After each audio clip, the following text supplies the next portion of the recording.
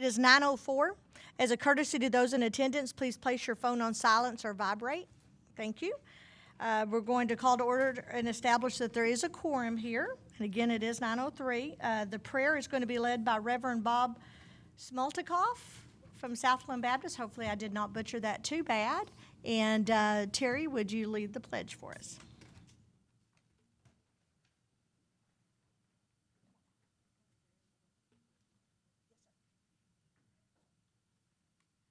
We pray together. Our dear Father in heaven, we bow our heads in prayer today to express our gratitude for all the wonderful gifts of life. We thank you for life itself and for the many blessings that come with living in our wonderful city. We thank you for your love for all cities and for the well-being you desire for all who live in them. We give you special thanks today for individuals who serve the interest of San Angelo. We give thanks for all of our elected officials and for the many persons employed to work in areas of their interests, talents, and abilities. Dear God, our hearts go out to all those in recent days who have been victimized by lawlessness, hatred, and injustice across American cities, and pray for your special presence to be felt among the many who are hurting in all areas of our land. Give your special blessings to all those whose mission in life is to keep our citizens safe, especially to those who serve in our own city. In a special way this morning, we give you thanks for those who serve on the Planning Commission and offer our prayer for them as they meet today. We pray you'll give them clarity of mind and understanding, and may they have wisdom beyond their collective years. We pray each member will be heavily influenced by the rule of law in their pursuit of justice in every decision they make. Lead them, dear Lord, to be bold advocates for truth and impartial politicians in dispensing grace. Grant them, O Lord, the courage to lead in areas of their responsibility with vision and boldness to achieve the common good. We pray in his name. Amen. I pledge allegiance to the flag of the United States of America and to the republic for which it stands, one nation under God, indivisible, with liberty and justice for all. Honor the Texas flag.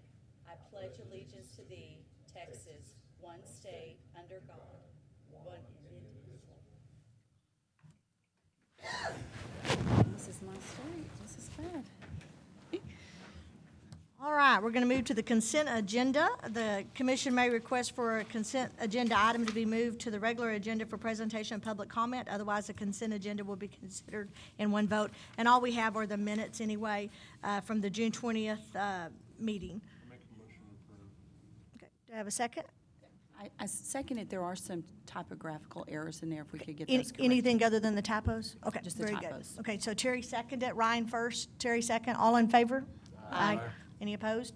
All right, that's 6-0, and Terry will give you a list of what the typos are. Our little spelling teacher. That is good, though. Okay, we're moving on to the regular agenda, subdivision plats. The Planning Commission has final authority for approval. Appeals may be directed to the City Council. A is the revised preliminary plat in Block 23, Pauline Park, Section 13.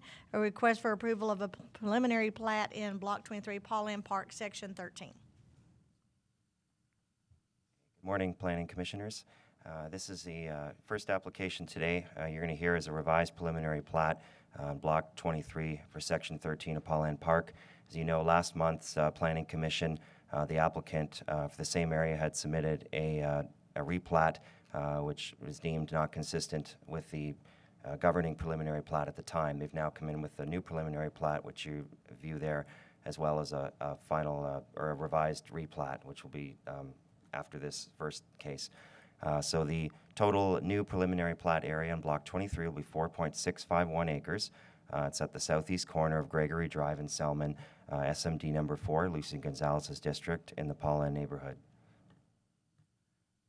Just to very cover this quickly, the brief history on this site. This was the first preliminary plat that was done on October 14th, 1996. It had a rear alley, which was required at the time, and basically it was for 12 lots.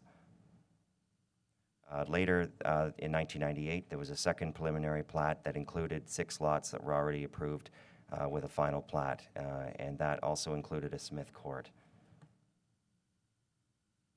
The applicant has come in with a revised preliminary plat, which will maintain the Smith Court from the previous governing plat, will not have an east-west alley anymore. We'll maintain the northeast alley, as you can see up here, that was approved with the previous final plat for that area.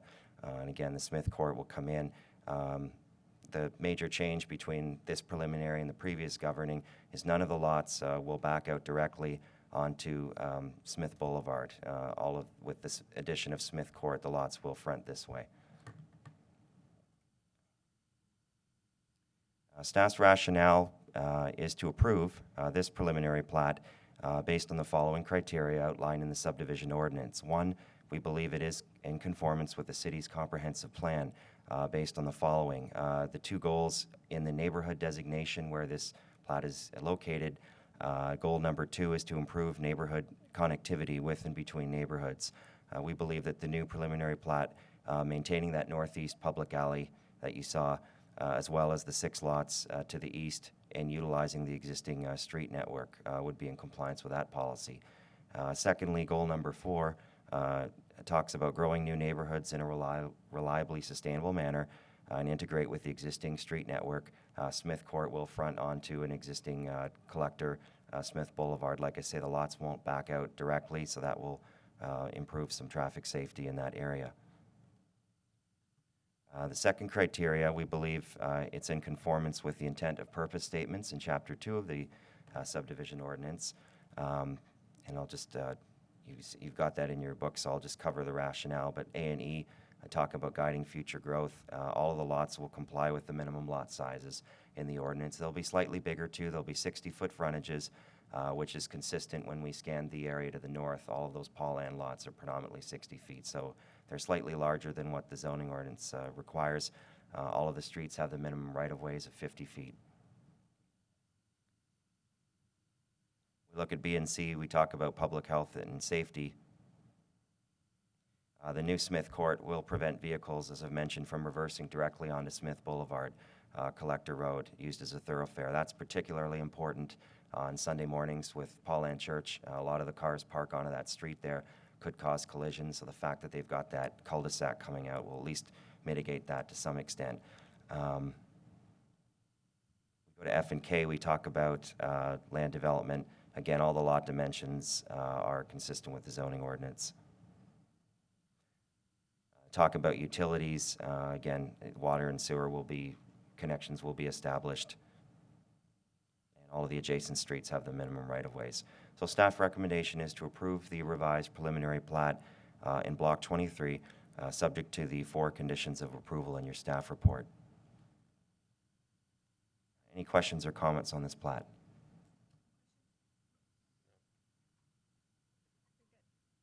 Sir, any public comment?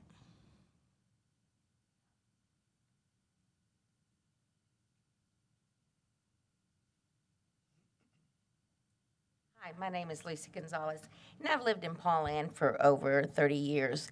And the only thing that concerns me again, that did the last time I was here, was on that when he came in and they wanted the preliminary plat, and it was for 28 single-member dwelling lots to the previous 22. So now they want more, which means smaller homes, smaller lots, to accommodate 28 instead of the 22. All I really want is for these homes, the plots or the lots or the replats to be the same size as what we have already established in that neighborhood. For them not to come in and make it look as though, hey, the front end, as soon as you come into our neighborhood, for them to be homes that are not equivalent to the homes that are behind them or to the side. Thank you.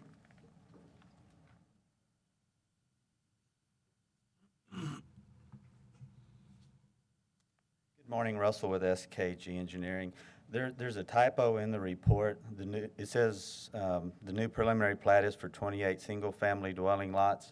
That's incorrect. It's 22. You can count them. There is 22. That's the same number that is on the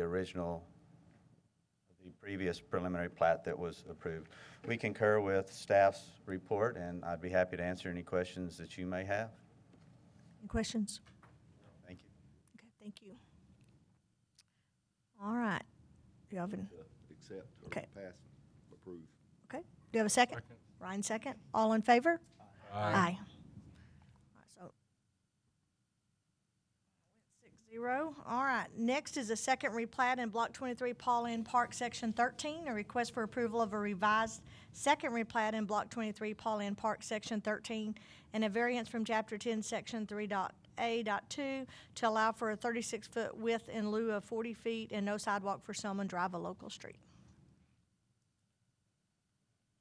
Okay, so this is the second replat in Block 23, Pauline Park. This is basically a revised replat from last month, now consistent with the new preliminary plat that you've just approved. So this will be on, it's increased a bit to 2.379 acres. I think it was about 1.7 or 1.9 acres before because they've added another lot. Southeast corner of Gregory Drive in Selman, Lucy Gonzalez's district, Pauline neighborhood. The one variance requested from the paving width on Selman or a 4-foot sidewalk is still being requested.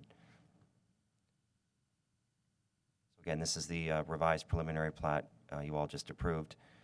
This is the proposed replat. So at this point, they're not going to build out the remaining portion. It's just going to be the lots on Selman and the lots down Gregory. What are the major differences from last month's replat? They've extended Lot 7 to connect to that existing alley over here. They had what would have been a substandard lot created there. They fixed that. They've also added a 13th lot. Make sure I get the numbers right. Down here it will extend right to Smith. So again, there's no remnant, and that will allow another phase later to have that Smith Court in here. Staff recommendation is to approve this second replat in Block 23, Pauline Park, Section 13, but to deny the variance from Chapter 10, Section 3A2, to allow Selman Drive to remain with a 36-foot paving width with no sidewalk and require a 4-foot wide sidewalk along the right-of-way of Selman Drive and a sidewalk along the right-of-way of Gregory Drive adjacent to the subdivision, subject to the 5 conditions of approval. The same criteria was used for the final replat as the preliminary.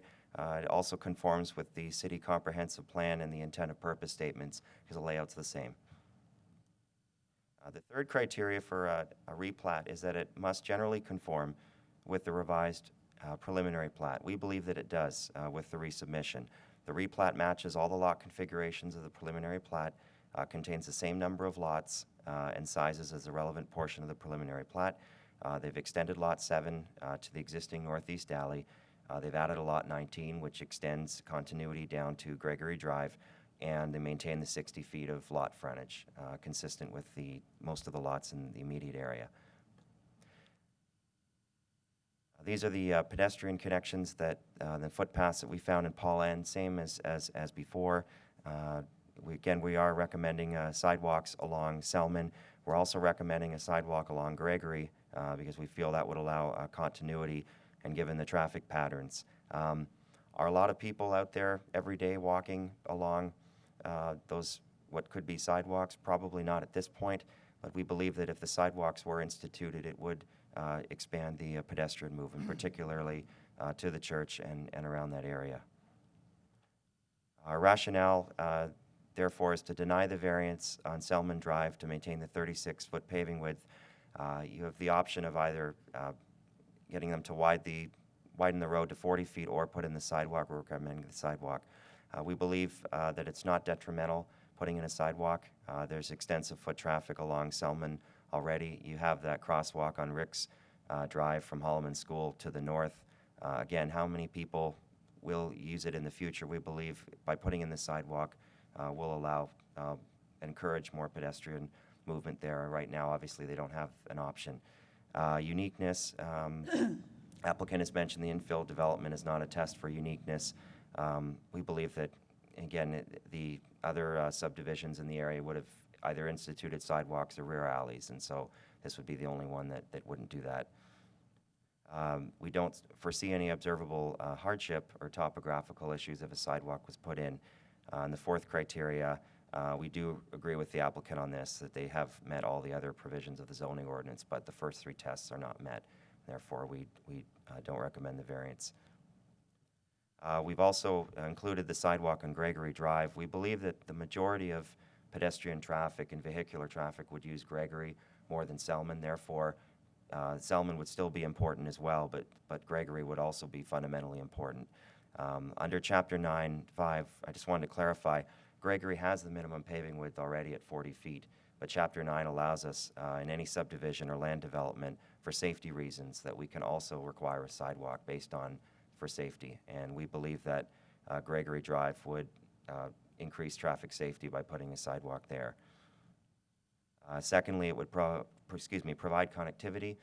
Putting a sidewalk on Selman, you've got the existing footpaths on Ricks. Now we add a sidewalk on Gregory. That would allow more continuity over time. You connect a footpath to a sidewalk? Well, you have an existing footpath on Ricks, and then as soon as there's some laneways in the back that could cross the street, once they've crossed the street, if we include a sidewalk on Selman, that sidewalk can then be continued down Gregory to the church. If we only, the reason we added the sidewalk on Gregory, if we only include the sidewalk on Selman, there's no connectivity between Selman and Smith Boulevard because, again, the previous preliminary plat would have at least included a laneway or some connectivity. Without a laneway or anything else, the Gregory would be the most convenient connector. These are the actions available. If you'd like me to read those out. And so staff recommendation, again, is to approve the replat, but to deny the variance and require a 4-foot sidewalk on Selman and Gregory, subject to the 5 conditions of approval. If anyone has any questions or comments. Would you go back to the slide that showed the sidewalks where they were? Okay, yeah. Yeah. There's not any sidewalks out there, they're just the recommended ones. The footpath that he's talking about here, but there's an existing crosswalk over here. And so the footpath that you were talking about is that one.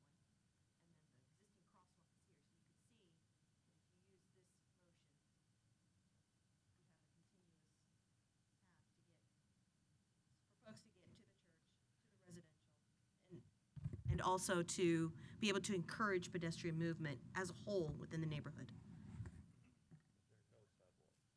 Right now, though, all we have is the existing crosswalk and then the footpath. Is Correct. that an alley that it Yes, goes? and then folks using this vacant parcel that's now, that doesn't have a house yet, and then using this alley to get to Selman. Okay. Have any other questions for Jeff? All right. Public comment? Gonzalez again. What we were looking at was that existing footpath. That's where all the kids take to go to school throughout the neighborhood. And it's kind of shameful that when those houses were being built out there, that there was no sidewalks required. Those children have to, when it rains, it's nothing but caliche. You know, right now it's hot, and I mean, and we also use it to walk your dog to the park, all the way at the end of the park. But it was sad because of the fact that they couldn't even ride their bikes. There's too many rocks. I mean, the children have a really hard time coming from even all those new streets, James. And there's a lot of kids in that new neighborhood, and they have to walk through there, and it's very, to me, it's unsafe because now there used to be a fence on this side and a fence on this side, and then the trail footpath. Now there's nothing on this side where the street, it goes straight to the school, and the cars are going and coming. It's kind of dangerous and the other thing is, the recommended sidewalks to me, I feel we got to start somewhere. Like I said, we got cheated already for many, many years. And I think that it's time that we can start asking for something out there and getting it and making it look presentable. We don't have any sidewalks, really, not only in that neighborhood, but even on that side of town. And for some reason, it was always, okay, let's just give them a variance and move on. I really feel that this time around, it's time that we did because of the future that this neighborhood has and could have. I mean, it would be looking nicer and we would be building more. And I think if we have more requirements and stick with what we really want out there, that it would be a better place to live. It would make our neighborhood a lot nicer, and our property values would either sustain the same or they would increase. But I really, really would like to see the sidewalks included this time around. Thank you so much for your consideration.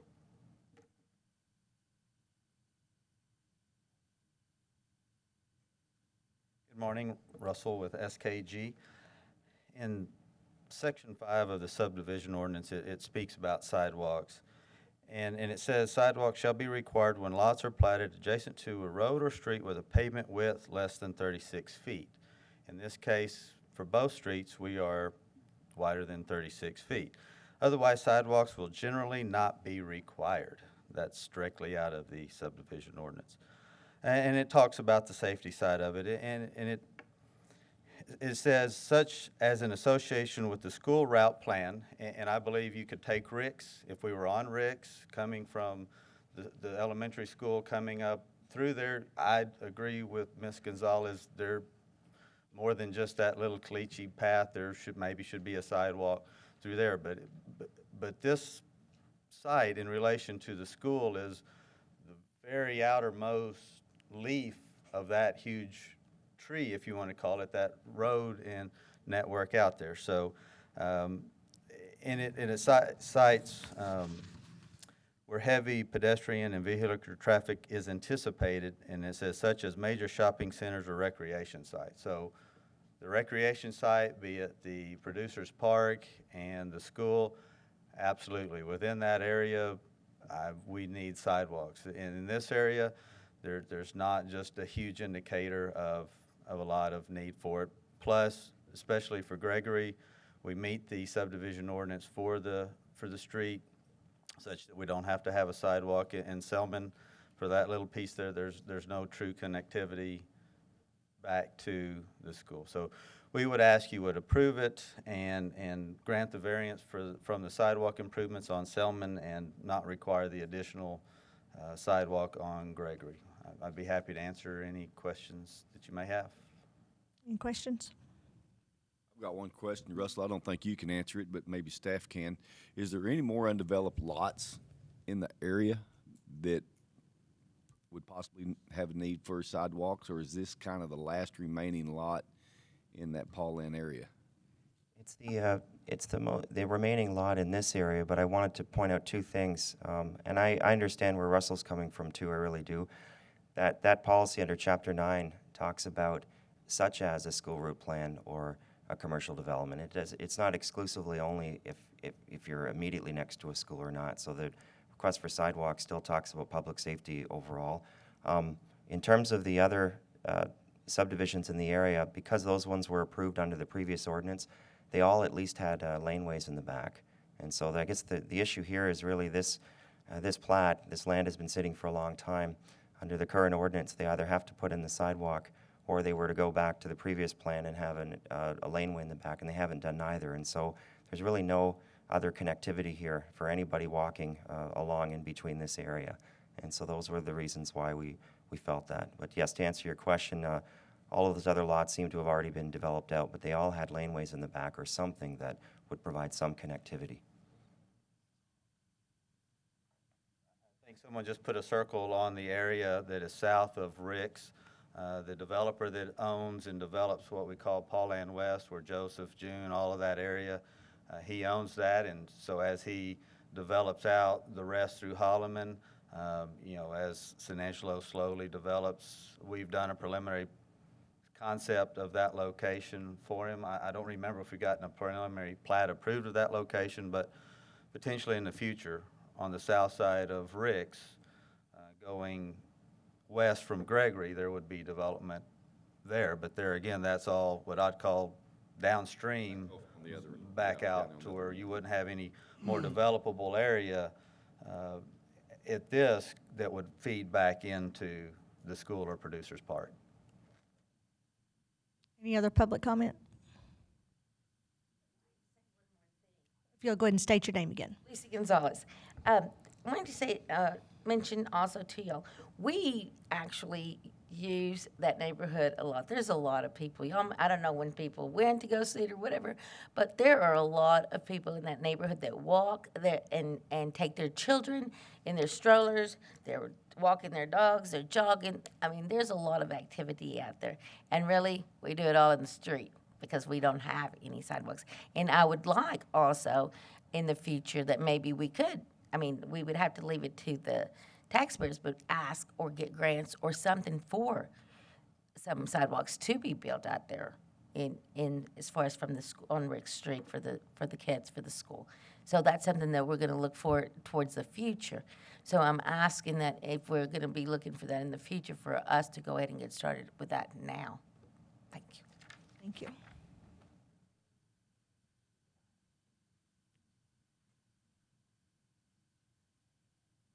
Joe Mangrum, Engineering Department with the city.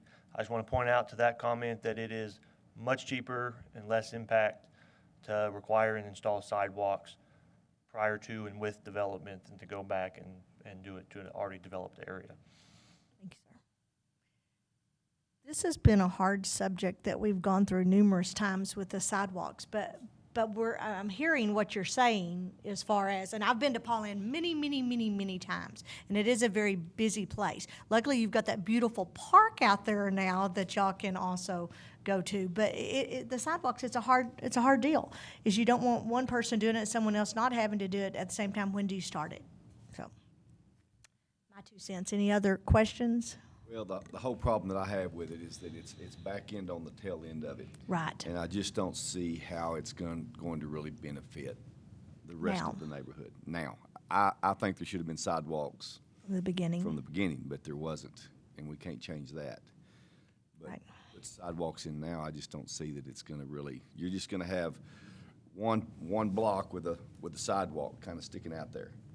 Well, but you've got future development to the west that you can require sidewalks, so I mean, That's a long way from where we're talking about. I mean, the west end of that is down there by the school. My daughter used to live there. I know, I've been all over that. That's a different neighborhood, basically. Any other questions or comments? All right, somebody have a motion? make a motion to approve as written. That's approving and then denying. Do I have a second? I'll second it. I have a first and a second. All in favor, say aye. Aye. Aye. Okay. All right, do I have, that's not going to pass. Do I have, that's not going anywhere. We got 2 to 4. Okay, so do I have another motion? I'll move that we approve the replat and approve the variance. I have a first. Second. I have a second by Terry. All in favor, say aye. Aye. Aye. All opposed? Aye. Okay, so 4 to 2. But I agree. I mean, I do. I agree. It's just that starting at the very end is not, Gotta start somewhere. Yeah, we gotta start someplace. well, there we go. It's gonna- Okay. As Lucy said, it's gonna come out of our taxpayer money at some point in time, so.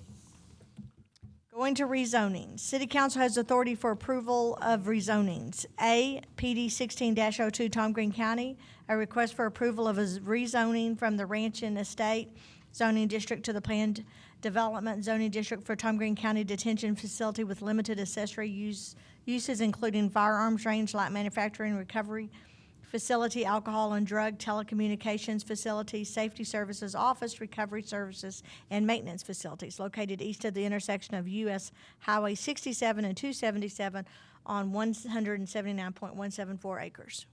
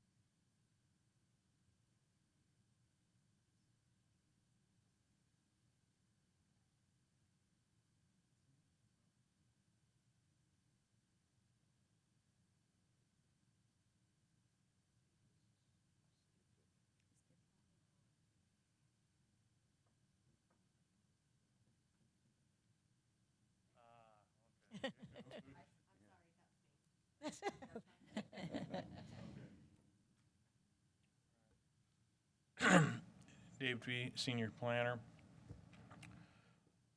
Here we have the case of PD 1602, the Tom Green County Detention Facility on a 179.174 acres. It's 188 feet west of the intersection of M.H. Morgan Trail and U.S. Highway 67 on single-member district represented by Lucy Gonzalez and the Pauline neighborhood. Here we have the future land use map and illustrating that it is largely, well, entirely campus institutional and located to the west of U.S. Highway 67 and 227 on the northeast side of town. And we have a zoning map representing that it is zoned as ranch and estate. Here we have a larger area perspective of the proposed planned development, where in the lower left-hand side, or the southwest side of the proposed PD, we have the Rob K. Roy Men's Correctional Facility, and directly behind that is the men's work camp. And here we have the main facility, the proposed detention facility in the center, and in between, to the southwest of the proposed detention facility, it's the Alcohol and Drug Abuse Council for the Concho Valley site, for the rehab of individuals that have that particular issue. And here we have the existing structures that are on the planned development site, where on the left-hand side, you'll see the Rob K. Roy Correctional Facility, and behind, on the right side is the facility to the rear, the men's work camp. Here we have the current entrance to the Tom Green 4-H shooting sports complex and the future ADA CCV site. And here's the entrance way here with its gate locked on a private road currently that leads back to the firearms range for the 4-H firearms range.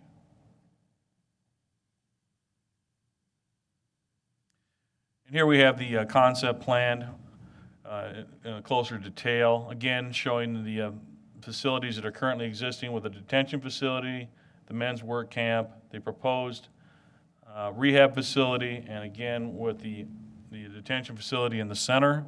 And here you'll notice further to the north of the facility is the firearms range, which is the 4-H firearms range I just illustrated, where the road leading to it is, where it's currently locked and as a private road.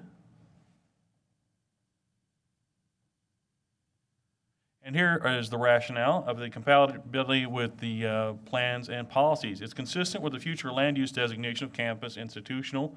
A lot of people would not consider it a campus, but it is indeed an institution in both for the detention facilities and for the rehab facility. The public institutions that we are acquainted with in the city include the City Hall and the Tom Green County Justice Center, which includes both the county courthouse and the current county jail. The comprehensive plan says that the institutions, as a negative, are usually self-contained, that they're treated as islands. But in this case, the comprehensive plan is, we would like to have them as islands, because these are uses that will not be integrated with the surrounding area very well, and that will provide more security for the public. And lastly, we base decisions on economic and social improvements, and expanding the jail downtown was considered to be a bad idea because it's too expensive to buy land downtown when there's currently county-owned land where the PD would be located.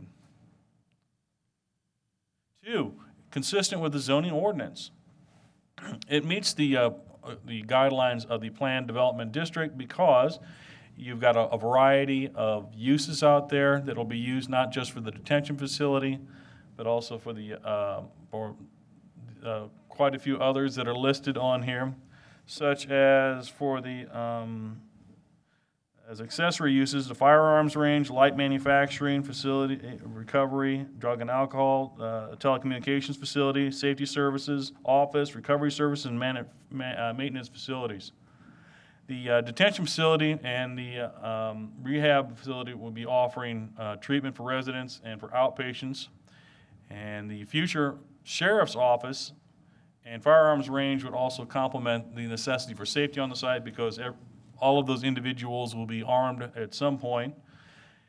And lastly, the 179-acre site offers more than enough room because it's a rather large site, so there's a lot of room for expansion. Moving on, number 3, is it compatible with the surrounding area? We think it is, largely because if you look to the south, there's a light manufacturing zone district with the Delec Market and Supply terminal down there. They store fuel and send it around via truck and through a pipeline in the area. To the east, you've got a mile of native vegetation with farms on the other side. To the north, you've got more native vegetation, about 1.5 miles before you get to the first road. And to the west, you've got a rather wide stretch of road with US Highway 67, 277. It's 850, the right-of-way at that particular point averages out at 850 feet, so it's a rather large stretch to get to the other side of the road from the proposed PD. And change conditions here, and why we believe that there needs to be a planned development now, is that the jail currently is outdated, and this has been an issue for a few years now, and it's overcrowded. It's almost at near capacity of 449 inmates in the facility, which is considered, when it hits 90% capacity, that's when it's considered to be at capacity. It's currently been at that, running at that inmate count for a few years, so they need to expand the facility. And expanding to downtown is not a good idea, as illustrated before, not just for the reasons mentioned before, for the cost of acquiring land, but also the city wants to try to revitalize the core of the city, and the jail itself is not exactly considered to be a plus for the city as a facilitator for growth downtown. And you'll also notice that the Rob K. Roy Correctional Facility and the work camp were built in 2008 before they were annexed into the city in 2011. And so that has changed the outlook in that area. And the trend has also been to expand and relocate some of the institutions that were in the city and moving them to the edge of the facility, such as the jail and the rehab facility. The effect on the natural environment should be negligible. I mean, they'll have to go through the same process we do with any other large facility. They're going to have to go through the building permits process and be reviewed for grading, drainage, stormwater, to ensure that there are no major negative environmental impacts. And there shouldn't be much of an increased amount of traffic in the area, because there's only about 20 staff members initially that'll be working out there. Obviously, the inmates will not be driving their cars regularly, so that won't be contributing to the number of people using the area. And for visitors that are going to be visiting individuals inside the facility, they don't necessarily have to come there during peak hours. You know, the visiting hours could be flexible if that becomes an issue. Lastly, the noise carrying to the neighboring properties is expected to be minimal, due to the fact it's a rather large site, so it's a natural buffer between the detention facility and anyone outside the detention facility, and most of the individuals inside the detention facility will be inside most of the time, so there won't be a lot of noise outside the building. For the community need, as they need to update the facility and plan for more space, drug and alcohol rehab is needed. The limited light manufacturing and maintenance offers the option for the inmates to produce a product or learn a skill or maintain a facility. That leaves more options open, and that's done in other jurisdictions. And then the development patterns, the site is in a very sparsely populated area. The future land use is campus institutional. which is, as mentioned before, is compatible with a detention facility. And once again, it is also large enough that having two correctional facilities on the same site will not result in overcrowding between the two, because they're not going to be attached to one another to begin with, and there's enough room to put both of them there. And you'll notice that notifications were sent out in a somewhat larger area than the actual proposed PD. There were only 3 notices sent out, once again illustrating that it's a very sparsely populated area. And there were 0 responses in favor, 0 responses in opposition. There was one inquiry from the folks at the Delek oil terminal to the south, asking about, well, what's going to be the impact on the traffic in that area, and will it do anything to impact the oil pipeline that runs alongside the highway? Would that, can we plan for development, making sure that the pipeline doesn't get damaged? And engineering has looked at that issue.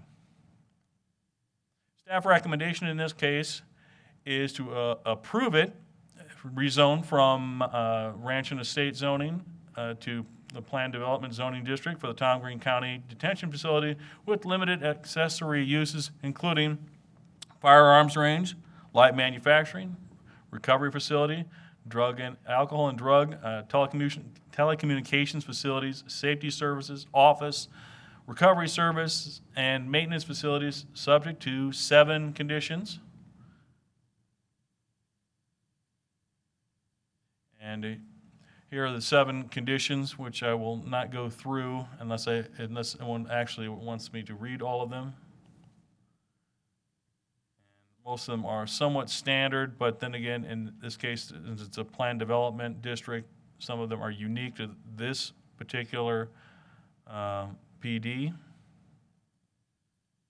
And that concludes my presentation at this point. Do you have any questions or comments? Any questions from for any of the David? members of the board? I have one. The shooting range that you're referring to, are you referring that the Sheriff's Department would be using the 4-H shooting range? Is that what you're? Board Member Jackson, that is my understanding that the future sheriff's office might be using that as well. I'm not sure why it would. I didn't know that I just wanted to clarify they were not putting in another range, or I wasn't sure what you were. To my understanding, there won't be another range out there, since that's zoned under light manufacturing, that they don't have to have it enclosed like they do in some areas. So it's an open air range, and so that way it would be a plus that they wouldn't have to build another facility. It would be complementary to the current uses out there. Any other questions? All right. We'll go to public comment.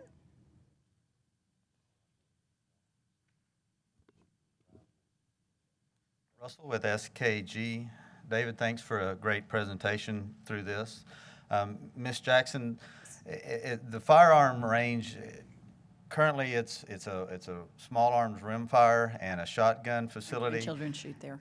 And some of their shooting stations are in conflict where the detention facility will be, so they're actually moving it further north, and I believe they're even talking to the city about acquiring some easements or rights for some of the city land to the north and maybe east through there. So it's really kind of a shifting, if you will, of where some of their shooting stations are. I don't know if there's a agreement with the county sheriffs for using that or not, but it's really just curious on shifting that. Right. of that.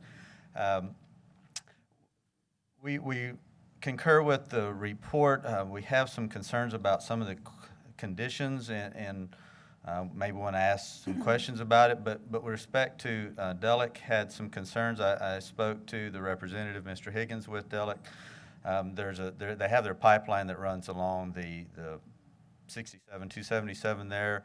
It's 3 feet deep. If we put in a main entrance there, they're concerned about impacts of a lot of traffic over that.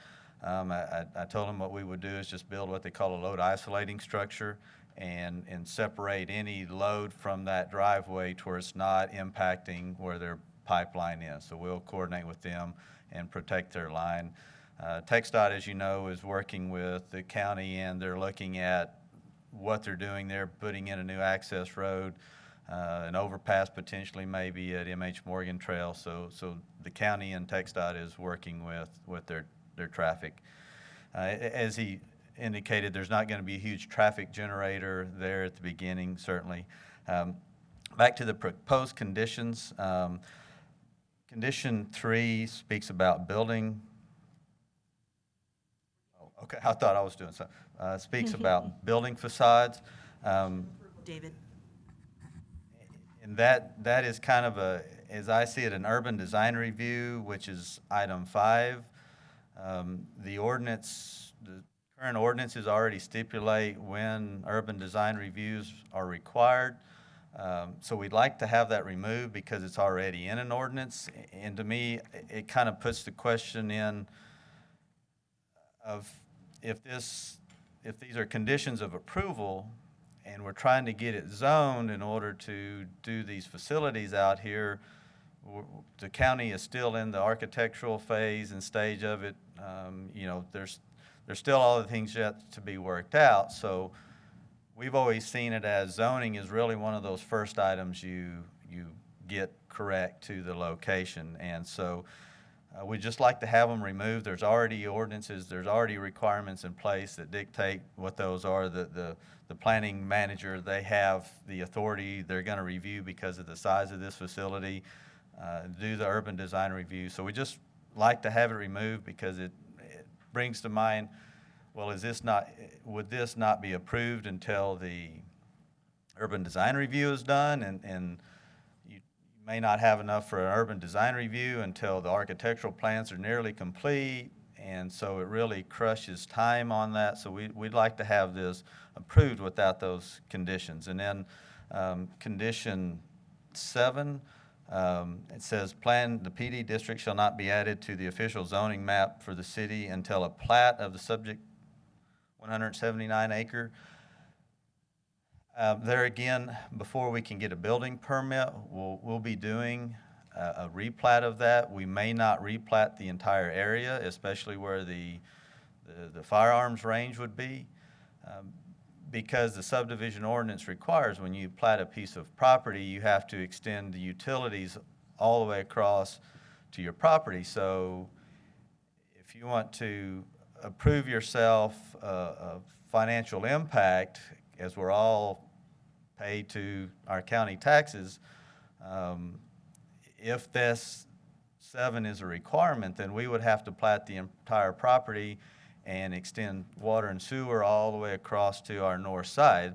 The county is working with the city and has plans to bring it to the site and across and at least to where the detention facility is, but to extend it all the way across where the shooting sports area is not feasible or really truly viable at this time. So although I kind of get the intent for it, there again, it's just stacking on a requirement that's already in the ordinances. So we'd ask that those be removed. Other than that, we'd be happy to answer any questions that you may have. Any questions? Thank you. Hang on one second. Just clarify. So you're wanting to remove 5 and 7. Was there another one before that when you first? 3. Number 3. Okay.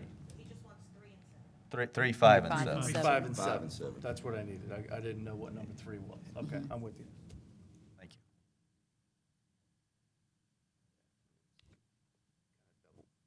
Did you want to comment?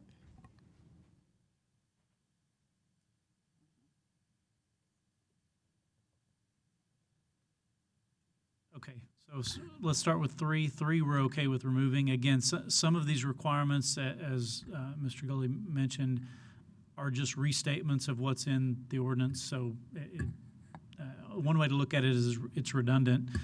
We include it just to make sure that they understand that that's the case. But with 3, we don't have a problem with that one. Can you go to 5, David?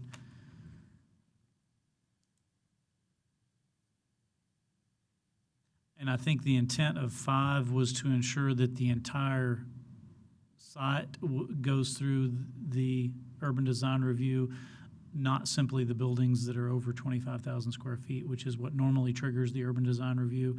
That's really the only difference there. Otherwise, it would be redundant as to what's in the ordinance. This just says that the whole site plan will be reviewed through the one urban design review, rather than limiting it to just any buildings on the site over 25,000. And then with number 7, I think we could reword that. The intent is to say that before they can move forward with building permits, the entire site has to be platted rather than piecemealing just this one site. And I think we could reword that so that, as it's written now, it implies that the zoning itself is subject to the plat. And I don't really think that's the intent. And I think that's a good point, that the way that's worded is a little misleading. So I think our recommendation, rather than to eliminate it completely, would be simply to reword that no building permits would be issued until the entire site is platted.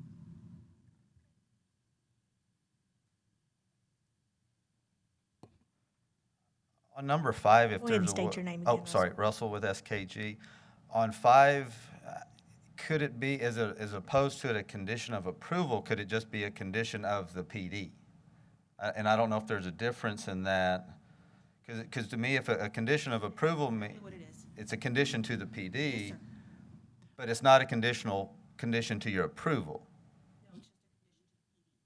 Yeah, and in fact, in the case of a PD, it's a little, I can see the confusion calling it a condition of approval. Once city council approves the zoning, it's approved and done. And so, So these are really conditions of the PD? right. Okay, not conditions for approval? No. Okay. And I'm sorry, I just wanted to be very careful with the words on that, so. No, I think that's right, that you could read this to imply that the zoning isn't effective until these conditions are met, but in fact, I don't think we can actually even do that. City council has to approve it or not approve it. Zoning can't be conditioned in that way. On 7, the concern would be when you say the whole thing being platted. Certainly, we don't want to piecemeal it. The intent is to I don't know if you can go back to the map that would show kind of how it's broken apart.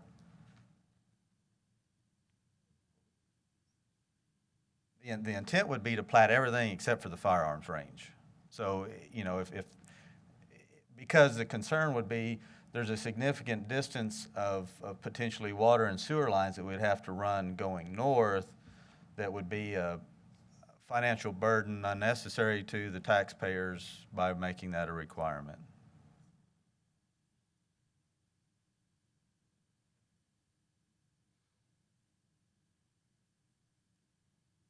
Yeah, and I think what we're just talking about is that we'd be comfortable rewording it to say that before certificates of occupancy are issued for any piece, that piece needs to be platted. We agree with that. Yes, thank you.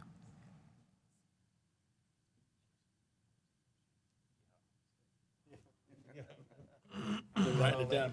You got that down, don't you? Writing how I was going to state that if I. Any more get up and make comments? one.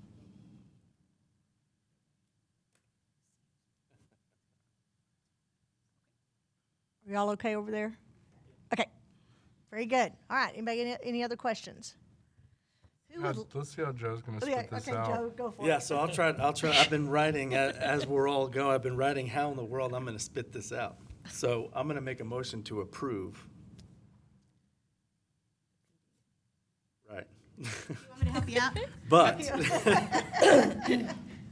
It sounds like we would eliminate number 3, and we would yeah. modify number 7. yeah, if we modify 7 the way we just talked about it, right? I'm good with that. And then I wanna remove 3 and 5.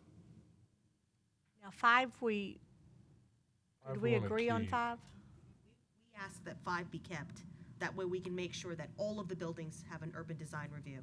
I think Mr. Gully's concerns, if I may speak, was that he thought that the zoning couldn't be granted without that being done. But okay, you'd be okay. okay with 5 standing still, just to make sure that all of the buildings on the PD would have an urban design review. So he would be okay with 5. I'm with you. Okay. Okay, so my Removing 3, yeah, adjusting so 7, and leaving exactly. Yeah, 5. we're gonna adjust 7. We're gonna completely remove 3, and we're good with 5. Very good. And then we're gonna make a motion to approve that way. I'll Joe. second. And Ryan seconded. All in favor, say aye. Aye. Any opposed? All right, 6-0, it passes. All right, we're down to conditional uses. The Planning Commission has the final authority for approval. Appeals may be directed to the City Council. A is CU 16-06 Lewis Elliott, a request for approval of a conditional use to allow for limited retail sales and service, specifically the sale of agricultural produce in the light manufacturing zoning district located northwest of the intersection of North Bryant Boulevard and Humble Road on 1.231 acres. All right. One moment.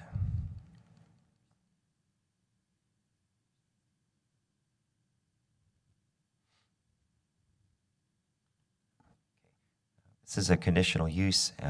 It's 3702 North Bryant Boulevard on 1.231 acres, SMD number 2, Marty Self's district in the Riverside neighborhood. The applicant, Mr. Elliott, who's in attendance today, this request had been initiated because in May of 2016, a complaint was made that involved code enforcement. They found a residential RV trailer on the property, which is not a permitted use. They also found a tenant there, I believe, that was selling hay sales, and the zoning is ML, light industrial. And so to correct the situation, planning staff talked to Mr. Elliott, and it was suggested that a conditional use application came forward. Given that the whole area is still predominantly light manufacturing ML, this would allow him to do the hay sales, but not the RV. The RV would have to be removed. The future land use on the site is commercial, long-term, but it is still light manufacturing ML. So the conditional use would be to allow specifically the sale of agricultural produce on the property. These are some of the site photographs we took a few weeks ago. Even though the zoning is light manufacturing, as we mentioned, the vision plan calls for commercial. This is a mixed area of, as you go along North Bryant towards the end of the city limits, there's a lot of commercial development there as well. Commercial storage, mainly manufactured home sales as well, and some commercial equipment, things of that nature. So when we got to the site, we noticed that there is hay sales there, that there are hay barrels and some seed crates at the back where the hay is being stored. So the conditional use essentially would allow the continued sale of the hay.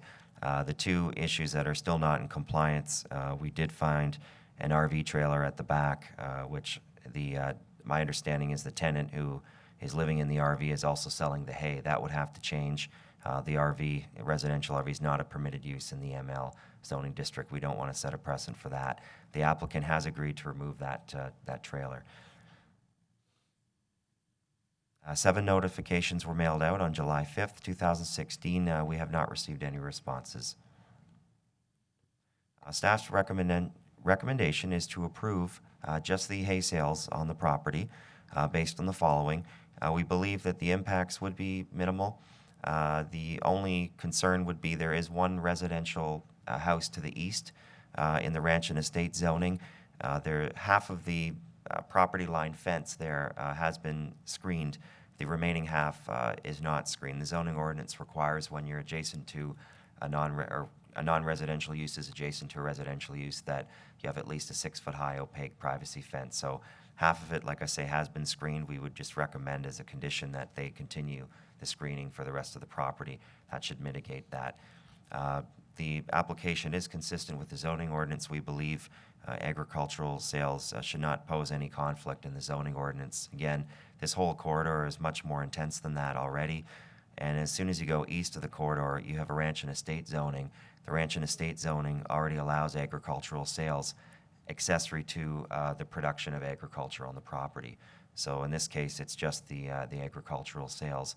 You got about 1 acre of land already with gravel driveways. Generally shouldn't be that many hay sales trucks that could be stored there anyway. Thirdly, we believe it's compatible with the surrounding area, again, given the diverse land uses. You've got a lot of agriculture as you go north of the city.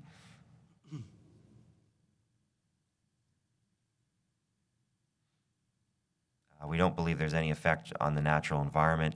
Again, it's predominantly gravel and dirt on the property. No parking requirements would kick in. They do have about, I'd say, enough room for 6 or 7 vehicles, an adequate turning radius anyway. Unless they're actually putting in a building, they won't have to provide new parking paved. And like my understanding from the tenant is most of the hay sales are going to be on trucks. There won't be actually a physical building that will be built this time. Community need, this is right towards the city limits. There's a lot of agricultural sales that need hay and feed for their livestock. And the final criteria recommending approval, development patterns, you have a major arterial road, Bryant, it's over 100 feet wide on either side. Given that there may be only 2 or 3 hay trucks there, it shouldn't be any issue with traffic.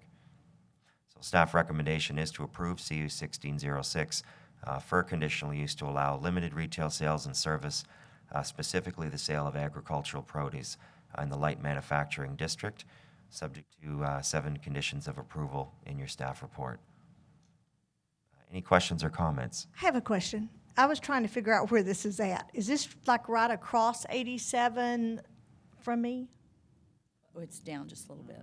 Okay, because I live on Humble Road. Yes, I was just going to And say. it's not on either side of me that they've been doing hay. Correct. I believe it's north of Humble Road. Okay, very good. Yes. So Jeff, what is the zoning that would actually be okay to sell hay or agricultural feed, whatever? What would that zoning actually be? They would, okay, so essentially. Commercial. Yes, they could sell with so the other option, commercial zoning such as CN or CG would allow the sale of just produce as well as a number of other retail sales. We didn't want to go that route given the fact that it's still an ML zoning, and if we go to a CG or a CN, it could also allow other much more intense uses than just selling hay on the property. So the conditional use follows the land, so forever that will have a conditional use of being able to sell agricultural feed or products? Correct. And so the underlying zoning would still allow the light manufacturing zoning for those uses as well as the hay sales. Okay.